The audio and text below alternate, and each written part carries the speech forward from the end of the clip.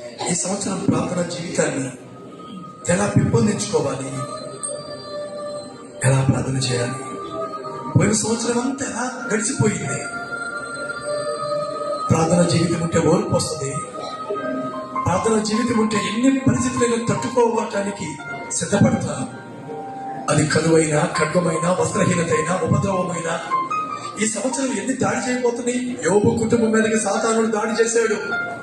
ప్రార్థన ఎక్కువ చేసుకుంటుంటేనే శోధన వచ్చింది. అలాగని ప్రార్థన మానేస్తావా? దేవునితో ఎప్పుడైతే నువ్వు లోతులోకి వెళ్తావో, తోడేను లోతుకు నడిపించి మొలవేస్తావో, జీవితం లోతైన అనుభవంలోనికి వెళ్ళింది.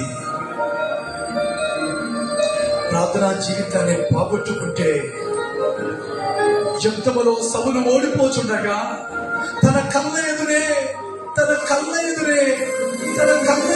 తన బిడ్డ పడవబడినప్పుడు ఆకాశం వైపు చూసి, దేవా నన్ను నువ్వు వదిలేశావు, దేవా నన్ను వదిలేశావు. తన కిరీటం నేల